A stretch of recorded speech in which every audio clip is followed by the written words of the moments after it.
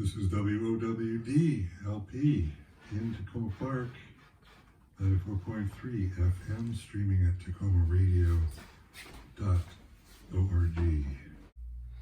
Michael Phillips, he kind of came out of nowhere, at least as far as I was concerned. First time I heard about him was when he contacted us to do a reunion kind of at Tacoma Station, and he was the guy that put that together. And so I decided to do the Cartuse Band, and it was like a raging success. It was perfect.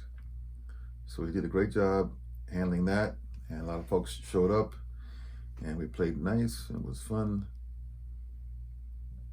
And then he contacted me again when we did the Yardworks concerts. We made some money, had a good time, worked our butts off. So he's really invested in the music. He's doing a great job. He's got a radio show called, what's it called? Jazz in the Kitchen.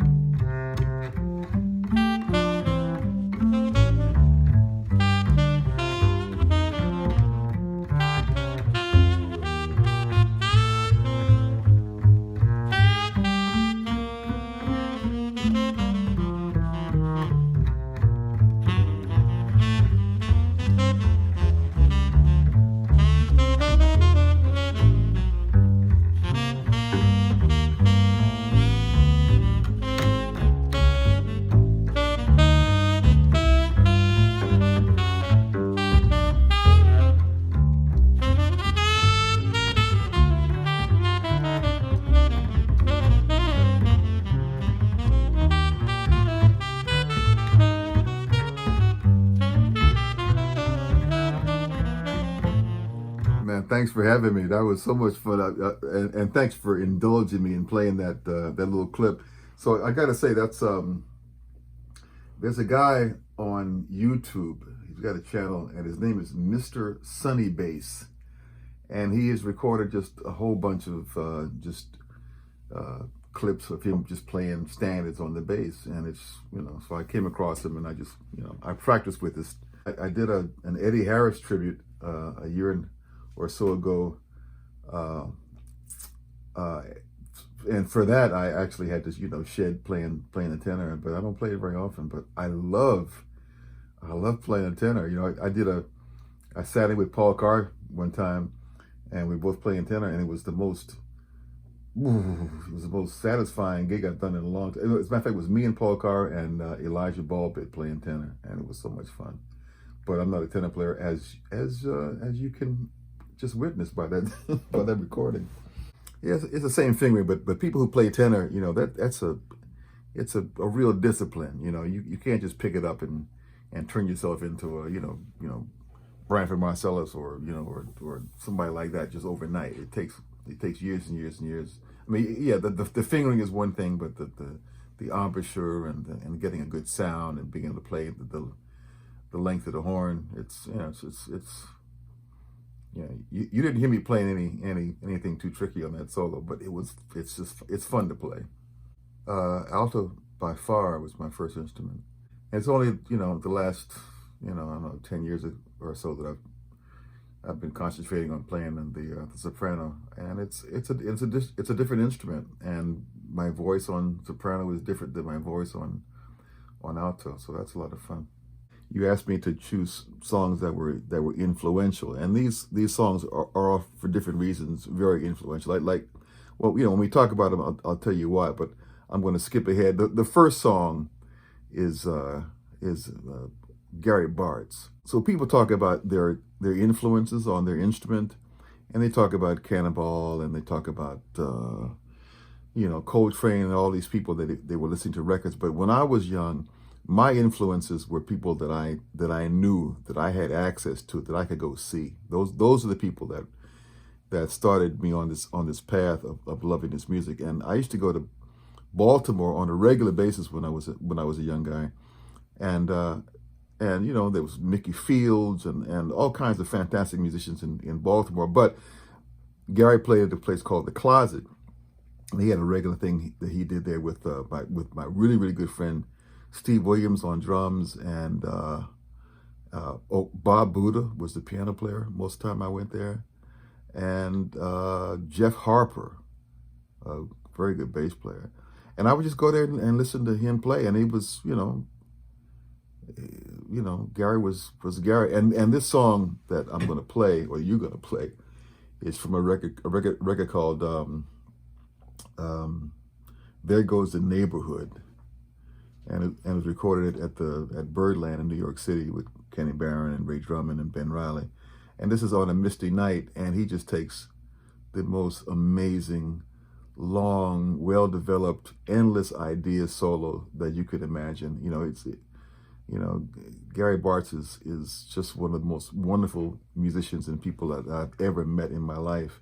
And he's been a huge inspiration. And this is just one of the many, many examples of why that is. So I used to play in a quintet with organist Jimmy McGriff. I did this for about 10 years. And the other alto player in the band was two saxophones. It was myself and the wonderful, I was about to say underrated, but he really is not underrated. Anybody who knows him. He was Arnold Sterling. And Arnold was a fantastic influence on me as well. But he and I had a point of contention. And if I ever wanted to get under his skin, I would tell him how much I loved Jackie Mclean. And this is because Arnold Sterling was good friends with and just actually adored Sonny Stitt. And if I ever wanted to just make him crazy, I would say, yeah, man, Sonny Stitt is cool, man, but he can't swing like Jackie Mclean. And he would lose it every time that came up. He would just lose it. But the truth is, I just like the way Jackie Mclean plays. I like his really incisive tone. I like his, the way he, he's sort of, often his flirtations with the augmented, it's just the way he plays. It just always spoke to me. And he was just he had a great story, and that's kind of what drew me to a lot of these people is their stories. But in this song, Christmas Time, it starts. I mean, basically it's a blues, and it's kind of brisk. I mean, maybe 130, and he just plays so great and swings so hard. I think Larry Willis is on it, Bob Cranshaw, and Clifford Jarvis, who was a drummer that I wasn't. He's not with us anymore. The thing that about this music, besides the actual sound of the music, is the stories of growth and sacrifice that many of these musicians, almost all of them, experienced. And Jackie McLean's story, like Gary Bartz's story, but more. And there's by the way, there's a really great Jackie McLean and Gary Bartz record. That's one of my favorites. So just listen to these people and being able to experience their life and the history of the music.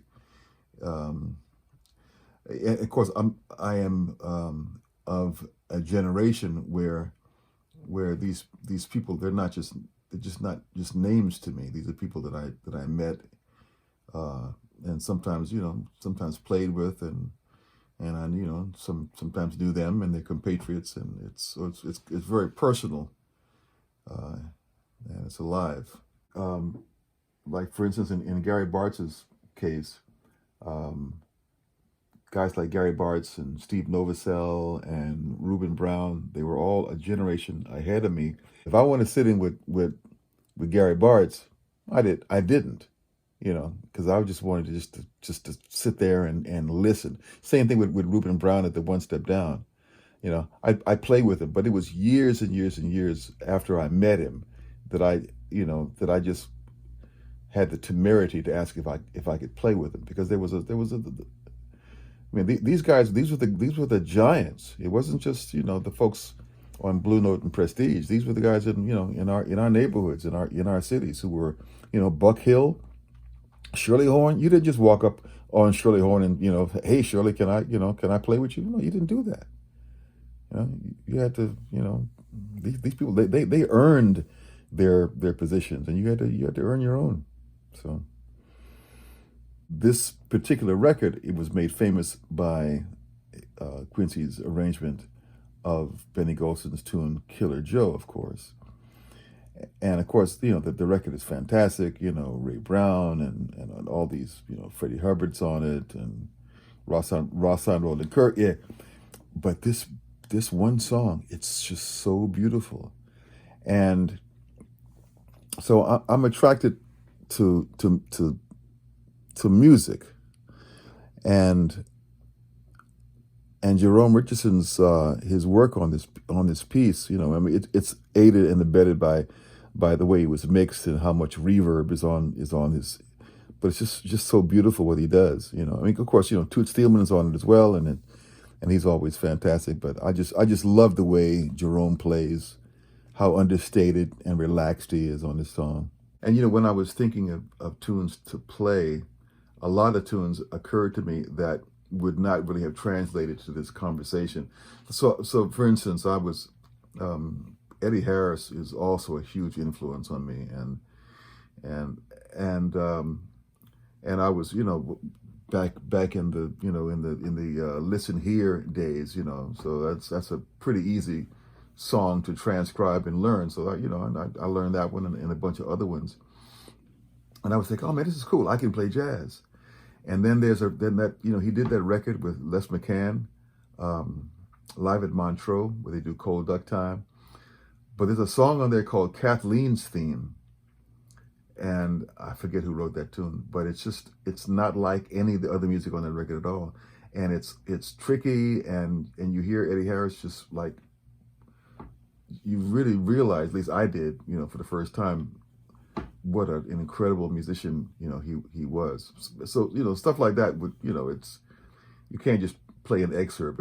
It's pretty hard to play excerpts of any of these tunes. But there are a lot of tunes that I wish I could have explored with you.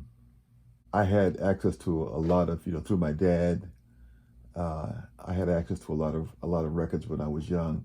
So it wasn't just the super famous tenor players and alto players that I was listening to.